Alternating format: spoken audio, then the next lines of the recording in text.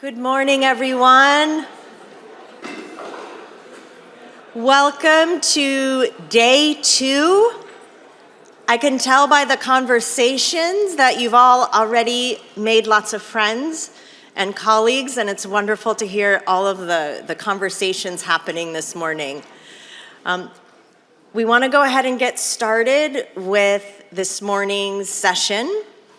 And I just want to thank everyone, first of all, for just a fantastic day yesterday. All of the speakers, all of you in the audience here, the questions, the engagement during all the breaks. It was really stimulating and interesting. And so we're looking forward to another great 2 days together.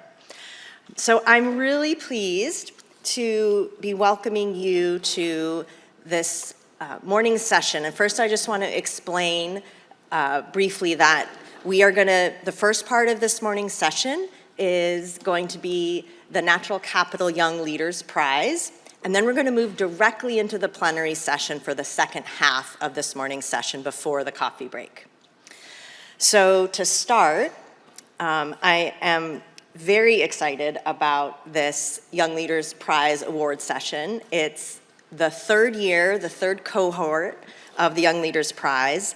And I think one of the most rewarding parts of our work at the Natural Capital Alliance is supporting the next generation of leaders who are advancing natural capital approaches around the world. And it really tries to recognize people who are not only doing great research, but also who are really translating that into policies, investments, and actions that are really improving the lives of people and communities around the world. And this year, we're really excited to recognize not only individuals, but also an entire organization for their innovative leadership in advancing natural capital accounting. So you'll hear more about that momentarily. So thank you so much for joining us as we celebrate these people. And I'm first going to invite Gretchen Daly to share some words about the inspiration and the vision for the prize and to introduce our first prize winner. So thank you, Gretchen.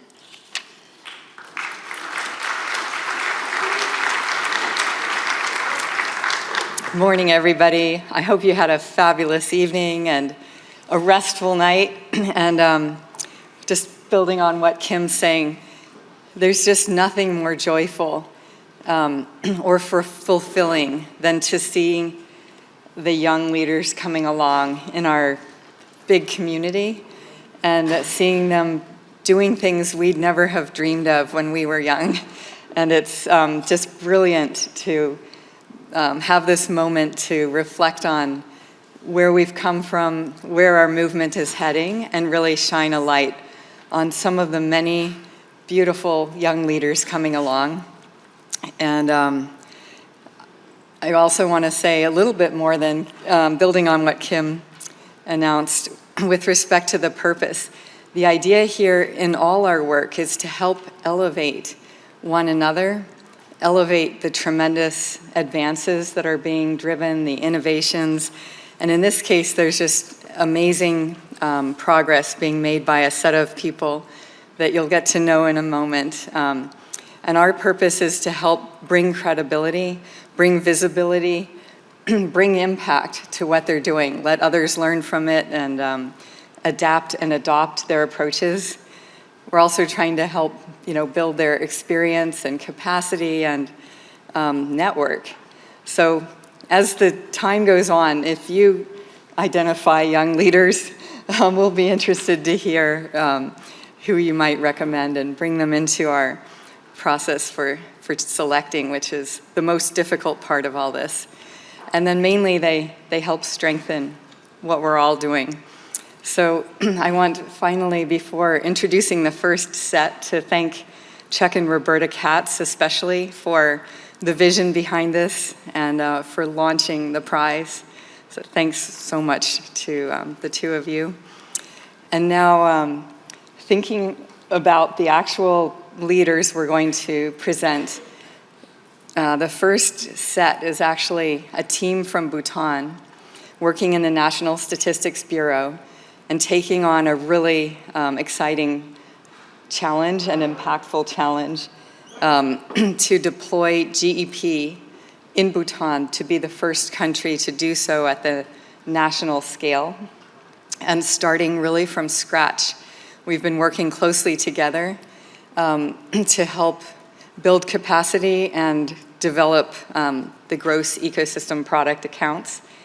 And with the inspiration really from the Prime Minister and from His Majesty, the Fifth King, there's tremendous scope to illuminate the power of this new metric and whole set of approaches that go with it around the world. And in working with the National Statistics Bureau, whom you'll meet in a moment, it's been fabulous just to appreciate the culture of Bhutan, the collective culture, the sharing of credit and everything, and the collective spirit in which we're giving the prize, honoring the entire National Statistics Bureau. We had hoped that several members could be here today, but unfortunately they didn't manage to get a visa. And so we're going to celebrate them more or less online, and I'll turn over to that now. Thank you, Kim.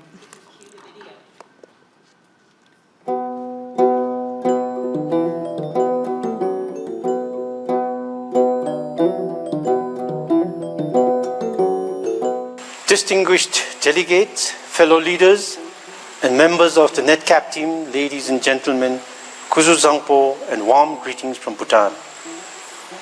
It's indeed a great honor and privilege for the National Statistics Bureau of the Royal Government of Bhutan to be invited to this very important symposium and to be recognized for the Natural Capital Young Leaders Award 2026.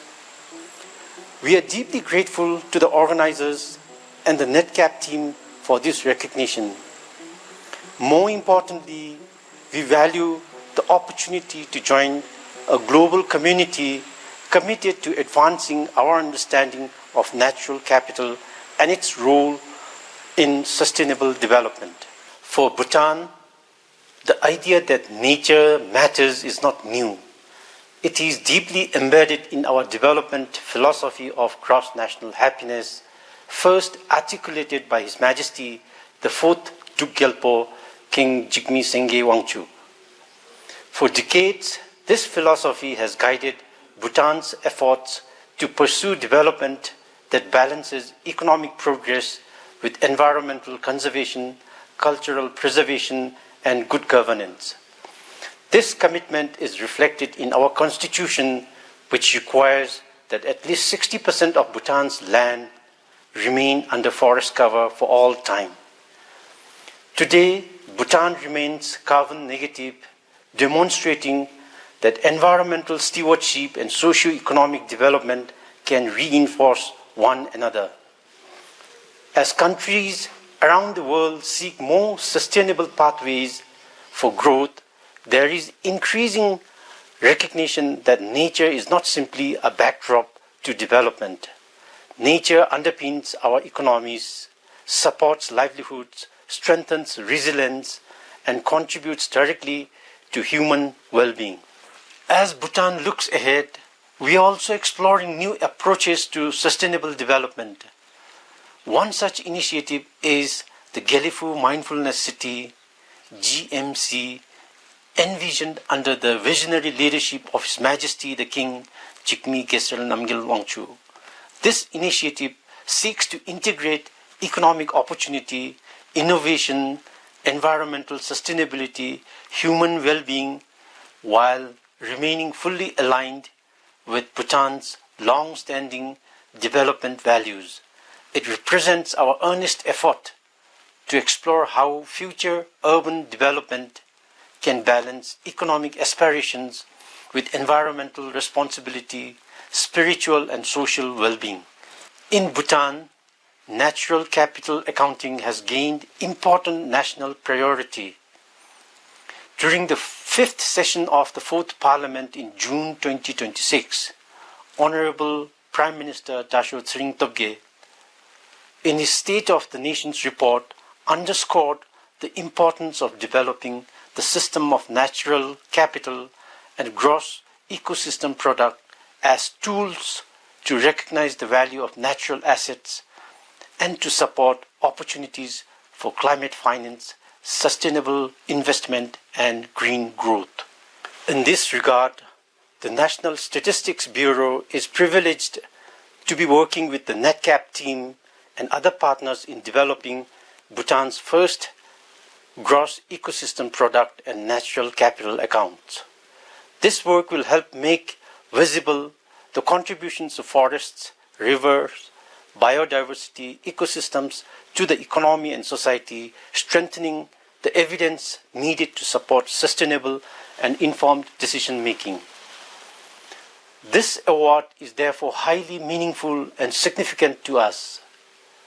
We accept it not only as an honor, but also as an encouragement to continue learning, collaborating, and contributing to the advancement of the natural capital accounting and sustainable development.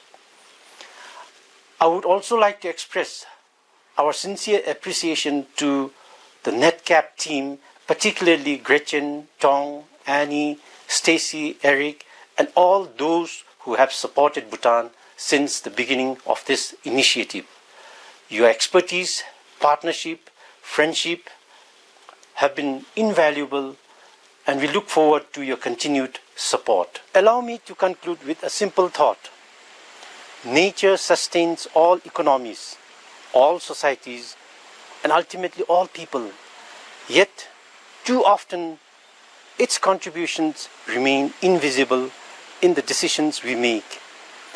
The growing global movement towards natural capital accounting is, in many ways, an effort to make the invisible visible. By doing so, we can make better decisions. On behalf of the Royal Government of Bhutan and the National Statistics Bureau, I once again express my sincere gratitude for this honor and congratulate all fellow recipients of the Natural Capital Young Leaders Award. We accept this award with a deep sense of humility, appreciation, and renewed commitment to advance this very important work. Thank you and Tashitele.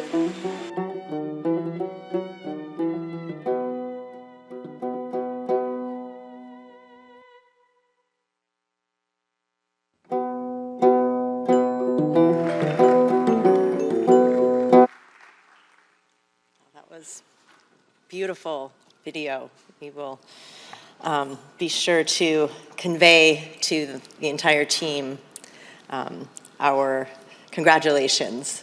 So thank you for your attention. That was really, really beautiful. And if any of you do ever have a chance to go to Bhutan and meet the amazing, beautiful people there, highly recommended. So now we are going to move from Bhutan to another part of the world, to Latin America, where we're going to recognize our next winners, who we had the fortune to meet through the last couple years, really, through working on the People, Planet, Prosperity project that you've heard about. And so we're really pleased to be able to recognize and celebrate these remarkable individuals. And it's my pleasure to be able to welcome Juan Pablo Bonilla, Manager of the Climate Change and Sustainable Development Sector at the Inter-American Development Bank. And some of you had a chance to meet him yesterday, and he is going to provide the introductions for our next two prize winners. So thank you, Juan Pablo.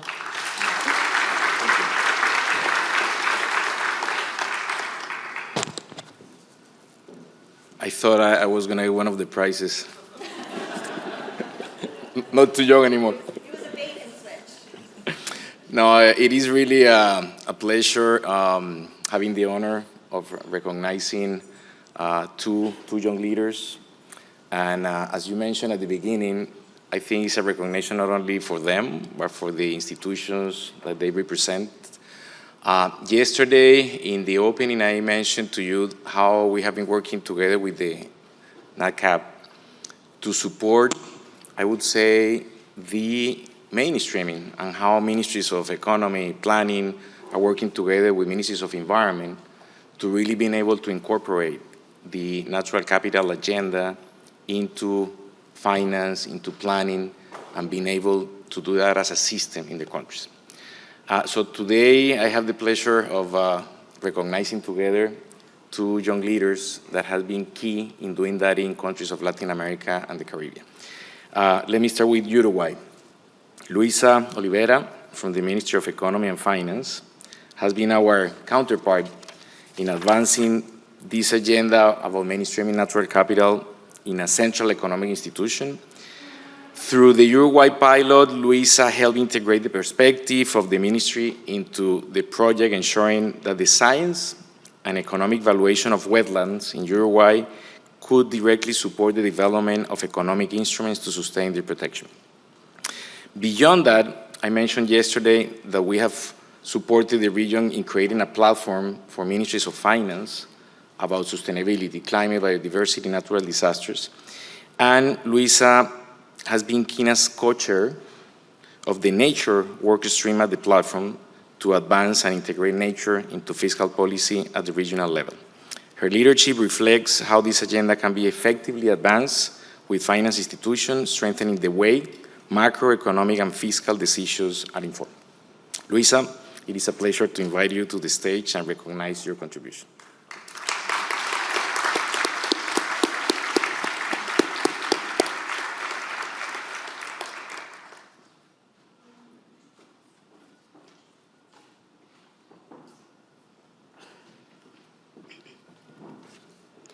Hi, good morning to everyone.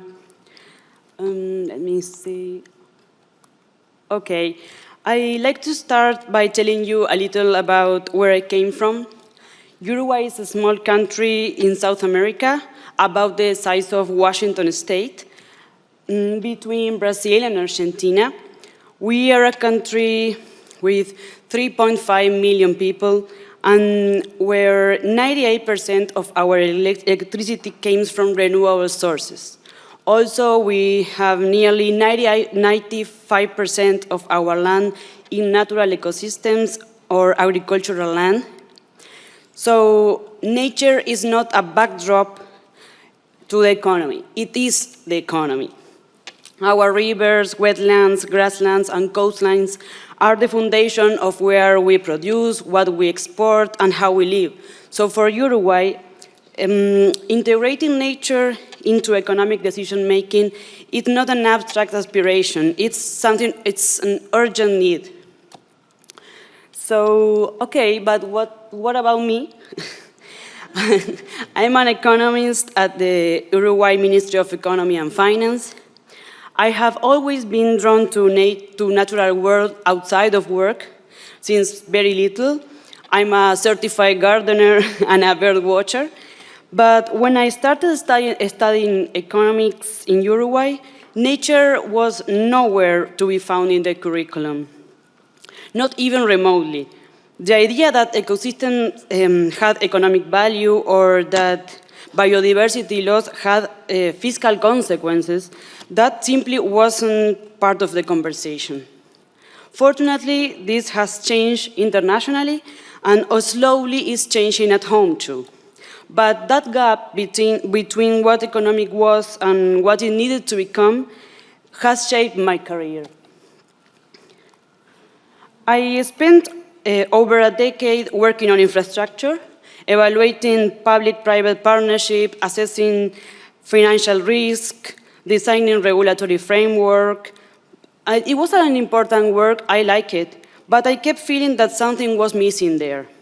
We were building roads, railroads, social infrastructure, but they were blind to something fundamental, the natural capital that those projects depend on, and the ecosystem they affect. As an economist, I realized we were missing half the picture. So in 2023, I moved to the environmental area at the ministry that was recently created, and that missing piece finally had a place in my work. And okay, what does the work actually look like now? At its core, is about building a bridge, or more specifically, a common language between two worlds that don't really speak to each other, economists and environmental scientists. The pilot project with the NatCap team is the perfect example of that. Together with colleagues from the Ministry of Environment, we ran a natural capital assessment of Uruguay wetlands using biophysical models to quantify 4 ecosystem services: water regulation, coastal protection, flood mitigation, and carbon sequestration. The question we wanted to answer was, what is the value of wetlands and how this information can be used to policy instruments? To answer that question, geographers, biologists, and economists had to sit at the same table with the same data and agree on what value means. That is what building a common language looks like, I think.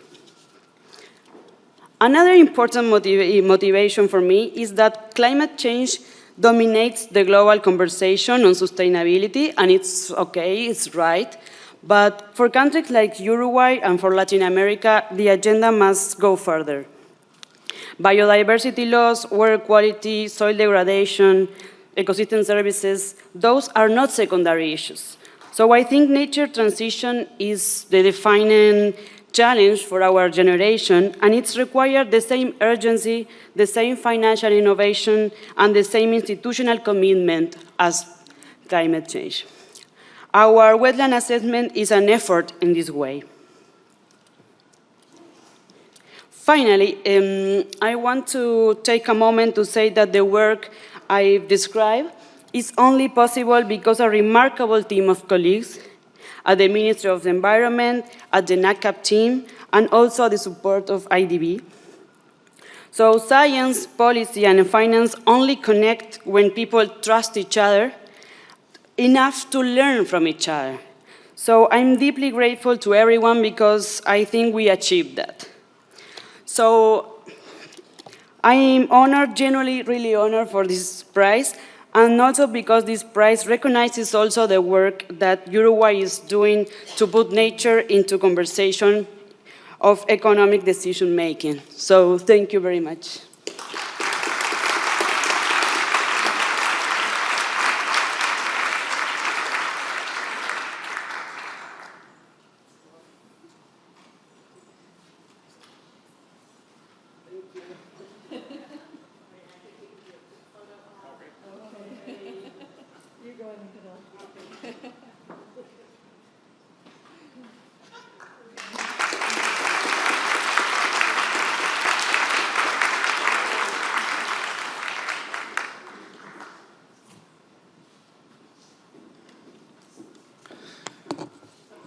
Yesterday we talked about key things for mainstreaming nature. I think Luisa explained it way better than all of us. But I will just highlight, Luisa, what you mentioned at the end is the ability with a lot of humility to listen to the others, learn about each other, and create that trust. I think that's going to be, for me, one of the key messages here. Congratulations again, and now let's turn to Colombia. Fabián Villalba from the National Department of Planning has played a leading role in advancing the use of natural capital accounting to inform sustainable development in Colombia. His work has helped translate ecosystems accounting into practical inputs for policy, finance, and national planning processes. This includes pioneer efforts to demonstrate how ecosystems underpin water and energy security in the country, as well as advancing approaches to protected areas, finance, and broader application of ecosystem accounting. Through this leadership, Fabián has helped position Colombia at the forefront of countries in Latin America and the Caribbean, developing and applying national natural capital accounting. Fabián's leadership showed how technical innovation can be embedded into decision-making systems, strengthening the way development priorities are across the sectors. Although Fabián is not able to join us today in person, the Natural Capital Alliance has a video from him to share with all of us.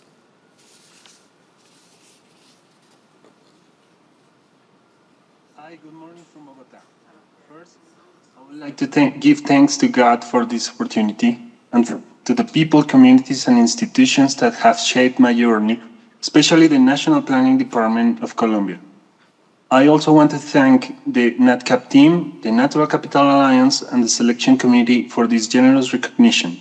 I am deeply honored to receive the Natural Capital Young Leaders Prize.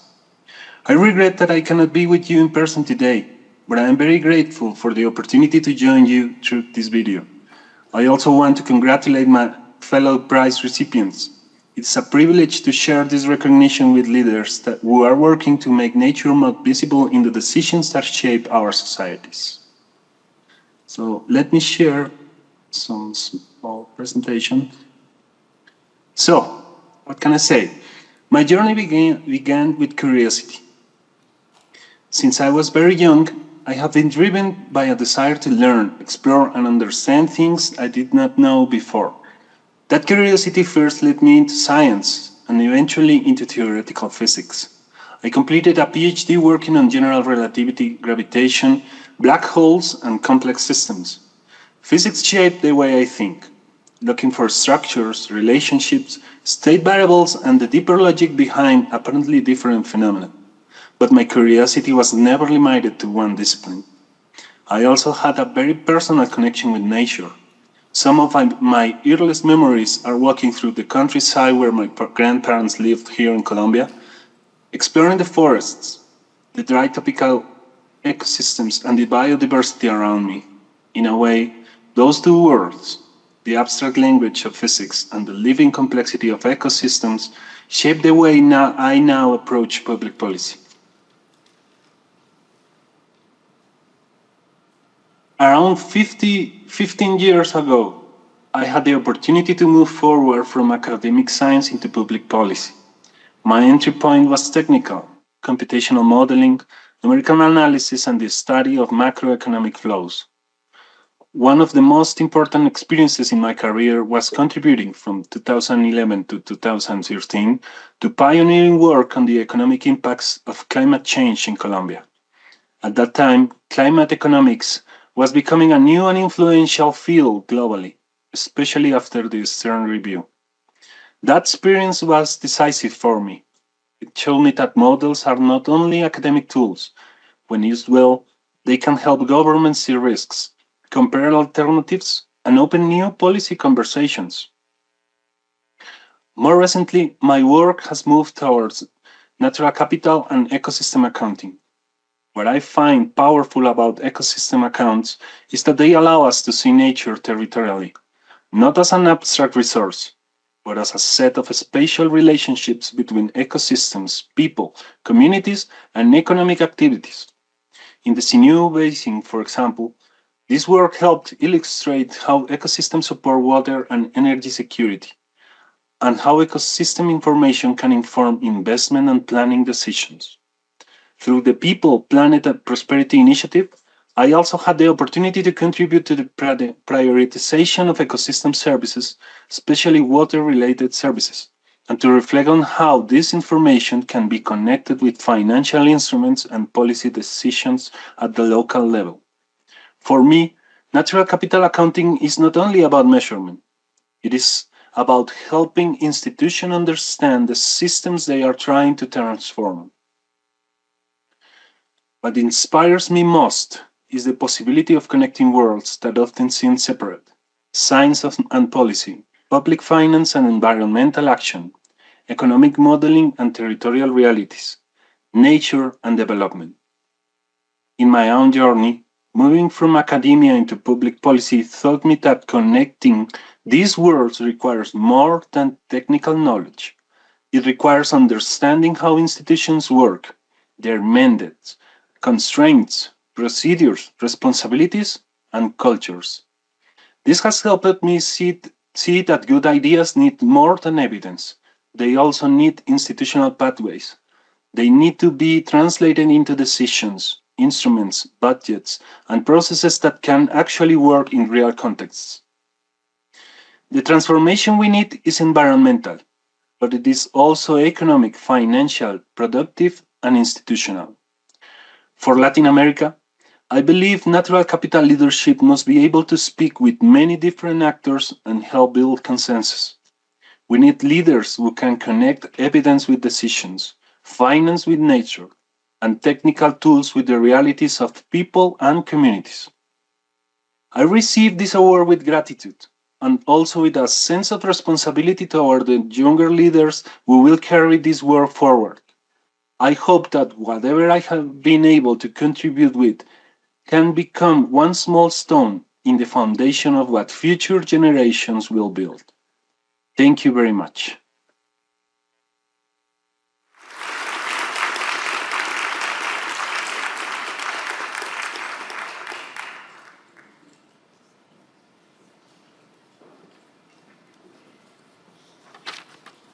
All right. Wonderful. Words from Fabián from Colombia. And I find fascinating that's perhaps not a typical path into natural capital accounting, sort of via theoretical physics and studying black holes. So I imagine conversations with Fabián are fascinating and varied. So we will be sure to convey our congratulations to him. So I have the pleasure of introducing our next and final prize winner, Boris Ochoa-Tocachi. And Boris is from Ecuador, and he worked closely with Hector Angarita from the NatCap team on some of the people, planet, prosperity work in Ecuador, as well as some of the projects in Uruguay, and he supported a few other things that we were doing. And Hector had to say about Boris, Boris is the most interesting hydrologist of the 21st century in the northern Andes. The work he is doing on mountain hydrology is incredible. Let me tell you a little bit more about Boris before you get to hear from him. So he's a hydrologist. He's a civil engineer and an entrepreneur whose work really exemplifies the power of natural capital approaches, combining rigorous science with practical policy solutions to try and solve various environmental challenges, particularly with respect to water and hydrology. So he's the CEO of Atuk Strategic Consulting, which is a certified B Corporation in Ecuador, and he has applied natural capital approaches to improve water security, climate resilience, and sustainable development. His work has been widely recognized in scientific publications, international collaborations, and leadership roles, and he has really explored this nexus of how indigenous knowledge and nature-based solutions can be combined with modern hydrological science to strengthen water security in the Andes and beyond. He has an inspiring commitment to ensuring that scientific evidence really informs real-world decisions. And his leadership is really helping demonstrate how natural capital approaches can support resilient communities, healthier ecosystems, and more sustainable economies. So please join me in welcoming and congratulating Dr. Boris Ochoa-Tocachi.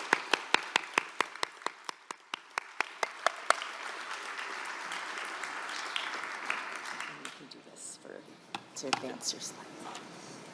Thank you very much. It is a real honor to be here. I want to thank the University of Stanford, the Natural Capital Alliance, the Inter-American Development Bank for being instrumental to the systemic change. I want to tell you a little about the work that we do. This is a journey through a stream. This is to mainstream natural capital approaches in Latin America, in the Andes, and beyond. I did study civil engineering. My inspiration was my father. Actually, he was a lawyer, and he was working with indigenous and rural communities. And my mother was a travel agent and a nature lover that seeded us love, the same love for nature and for traveling, which is something that I really enjoy. And when I was studying in civil engineering, I wanted to connect that with that love for nature. And the way to connect civil engineering to that was hydrology.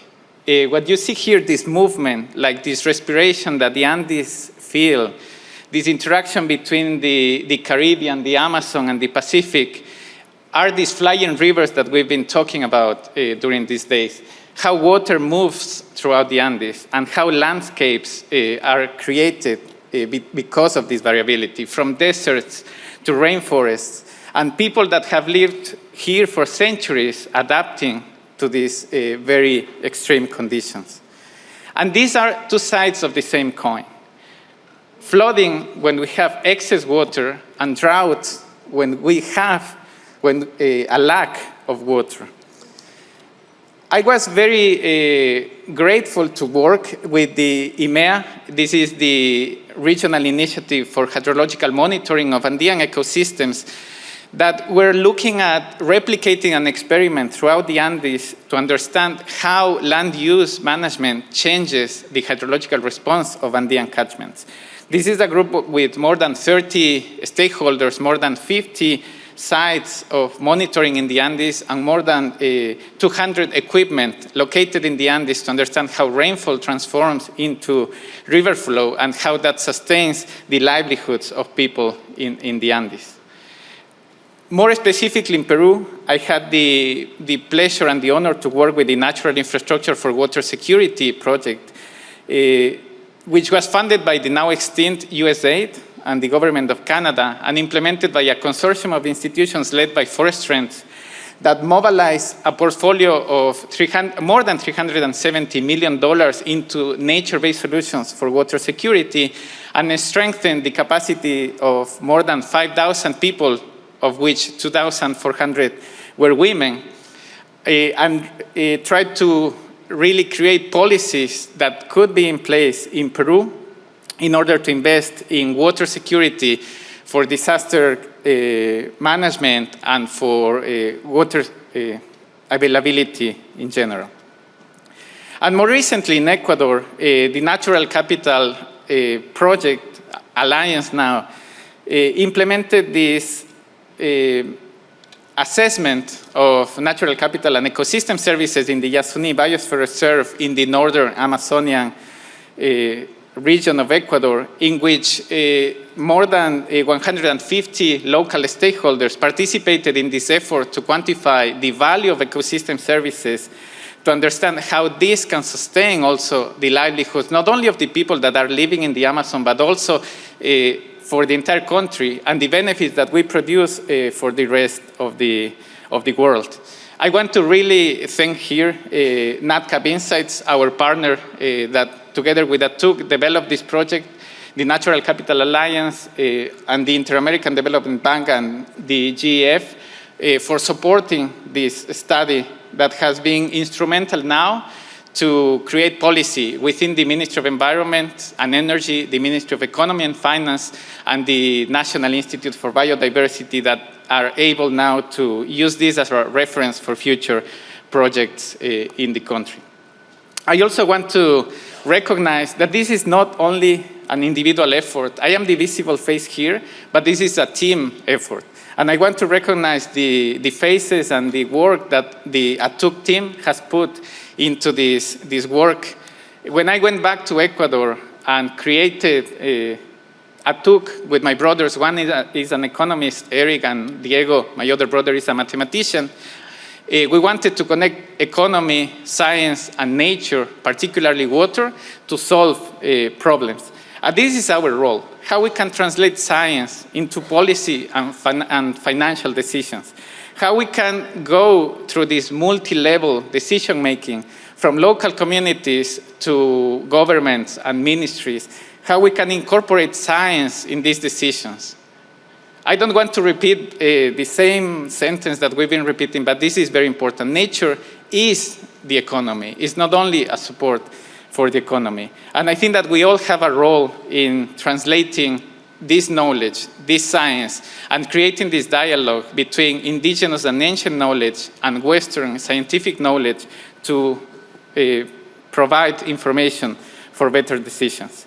Our purpose for the future is to redefine the relationship between humanity and nature. And I'm sure that we all in this room have the same vision.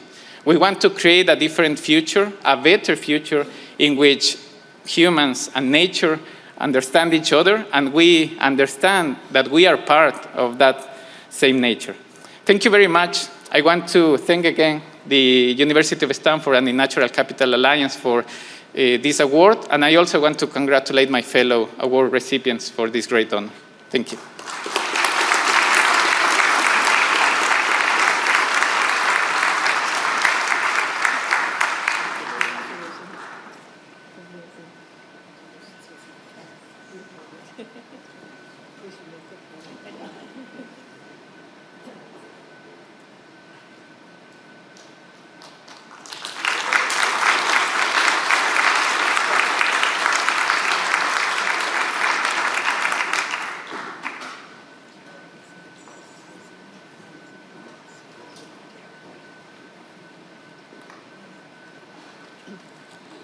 Well, that was really fun. I always get a tear in my eye listening to people speak so eloquently and passionately and with such depth of experience and feeling and all domains of being and integrating so many dimensions of the world that we're hoping to knit together better for a much better future. And thank you very much for participating in this. Let's have a final round of applause and we'll move on to the next session.